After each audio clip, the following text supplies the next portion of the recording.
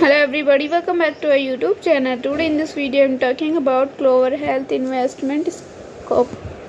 In this video I am talking about stock pros and cons and technical analysis and latest news about it.